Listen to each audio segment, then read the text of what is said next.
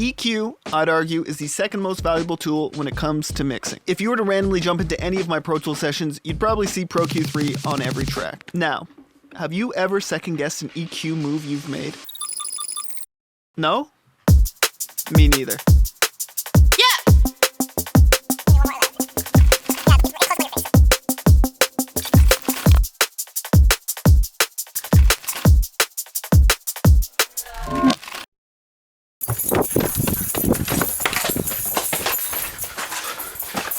Hey Corey, what's EQ match? I'm glad you asked. Let me tell you. What's up, nerds? My name's Corey Bergeron. You are watching Corey Bergeron Recordings, and we're back with a brand new video. Don't tell my wife, but I cheat all the time on my EQ moves. In this video, I'm going to show you how I routinely use EQ matching in my mixing process. EQ matching allows you to analyze and store the average frequency spectrum of an audio file as a template. You can apply this template to another audio signal so that it matches the spectrum of the original file. So let's jump into a Pro Tools session and I will show you some examples of how I use EQ matching in my mixing process. Okay, so the first example we have here is a DI bass guitar. I recorded this bass guitar for this example. It's just my jazz bass going into an SSL preamp, and this is what it sounds like.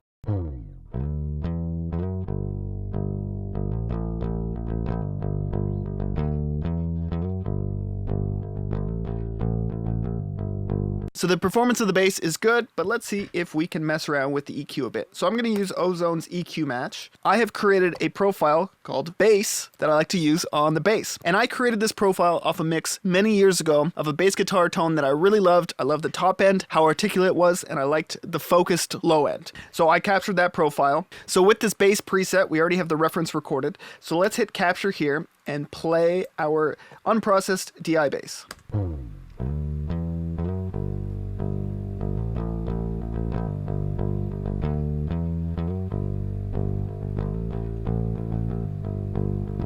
There we go, and we'll stop that. So we can see the yellow line is the reference bass, and the blue line is the DI bass that I just captured.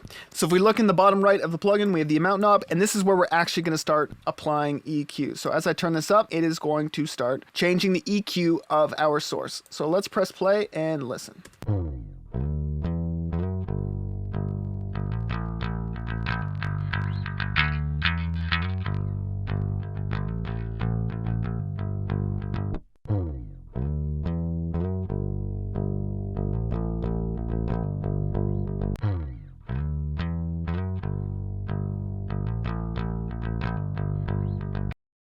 Did you see how easy that was? With the amount knob turned up just to 40%, it's dramatically changed the EQ curve of our DI bass, and to me, I think we're moving in the right direction. Alright, so let's keep moving. Let's move on to some DI guitar. So I recorded this DI guitar with my Evertune Telecaster, and it's been a minute since I've changed the strings on the guitar. So this is what it sounds like.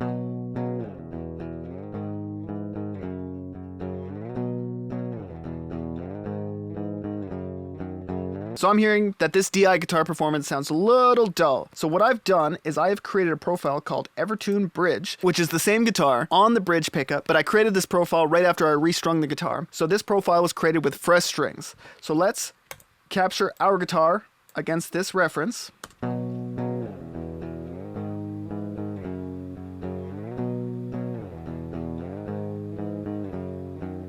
And let's slowly start to turn this up and see what it sounds like.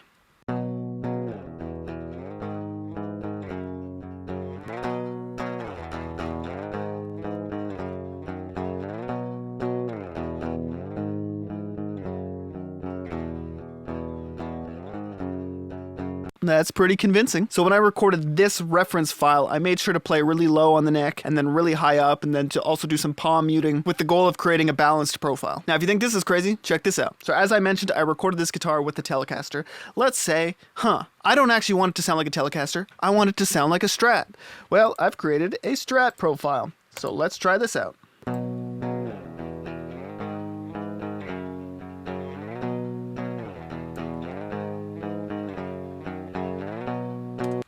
crazy. This profile was made when I was recording a song for my band's upcoming album, Superluminal, out November 10th. Check it out. We had a Strat. We loved the way it sounded, and it worked perfectly for the part. We went ahead and we were using a real amp. We were using a Fender Bassman. We dialed in the tone, and everything sounded perfect. Once we started recording, we realized that the intonation on the Strat was a little off, and this guitar part was playing all up and down the neck. It was very problematic. We spent probably a couple hours trying to make it work, and then we realized this is not going to work. So what we ended up doing is we ended up recording the entire guitar part DI through a Jazz Master that sounded great but was really dark and warm. And then after we finished recording, we EQ matched the DI of the Jazz Master and turned it into a Strat and then ran it back through the guitar amp, and it gave us the exact tone that we were looking for. So that's how this profile was made, and there's another tool you can throw in your tool belt. All right, let's keep moving forward here. We're still dealing with guitar. When I mix projects, I always ask for the DI files, so I have full flexibility in being able to dial in the guitar tone, but sometimes you don't always get the DI guitar files, and you get amped tones. Sometimes they're not the best amp tones, and you gotta make it work somehow. This is where EQ matching is very powerful. So let me play this guitar part. Warning, it's a little shrill.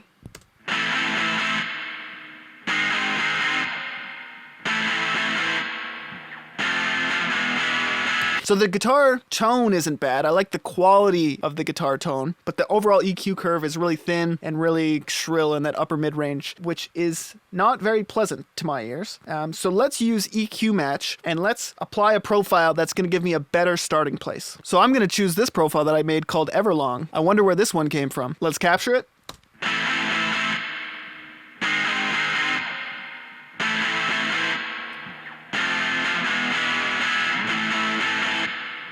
And here we go. Let's listen to what it's doing.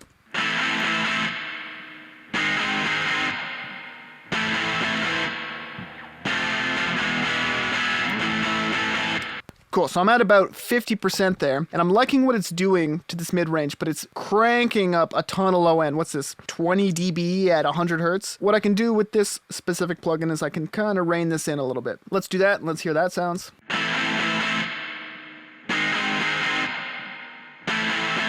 Much better. To me, that's sounding a lot more balanced across the frequency spectrum. Let's do a quick little A/B here. So this is with, without.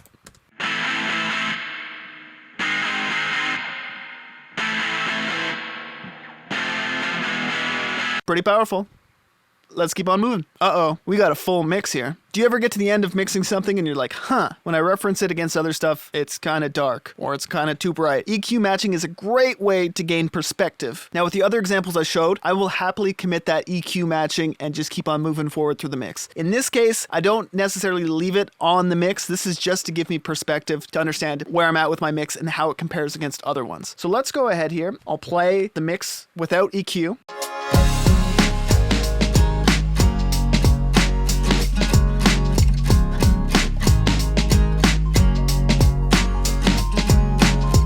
And let's go ahead and open up EQ match. Let's just grab a profile. So on my track, we have this sub bass. So I'm using a profile of a track that I know has a great sounding 808 kind of sub bass low end. And let's go ahead and capture the profile.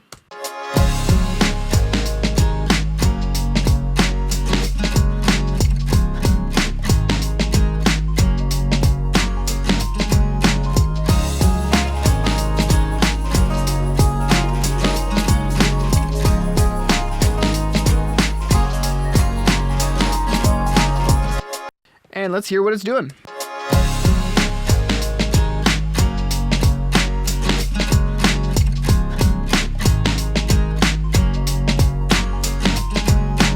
Quick little A/B.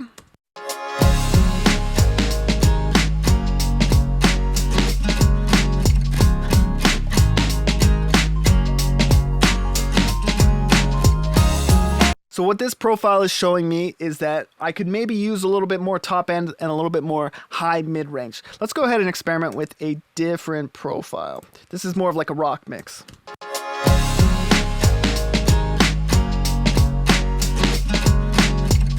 So this other profile is affirming that, yes, maybe we could use a little bit more upper mid-range, but this is where you can run into an issue. So this profile that I used, I created off like a rock song. So it's just your regular rock instrumentation. It doesn't have that 808 sub bass that's, ever present throughout the track. So you can see that it's actually saying dip this. But in our case, we probably don't want to do that. So it's really important to be aware of what it's showing you. It's there to give you perspective. It's not there to just blindly apply. That's it, mix is done. It's there to give you some consistent perspective. So there we go. That was pretty quick, but that is how I use EQ matching essentially in every single mix to give me perspective. What I think is important is you want to be very intentional with every profile you create, and you want to understand it. The more you use that profile against other sources, the more you have a deep understanding. The sources in your productions will always change. Every song you get, you'll have a slightly different guitar tone, slightly different drum sound, slightly different, overall mix, but the profile always stays the same. So you can always reference against that same consistent profile, and it'll spit out some information, and it's up to you to decide, is this moving me in the right direction? Do I need to make a change, or is everything good? So there we go. EQ matching. Did you learn something? If there's anything else you'd like to see me talk about, let me know in the comments section down below. But that's it. Thank you very much for watching. I will see you in the next video.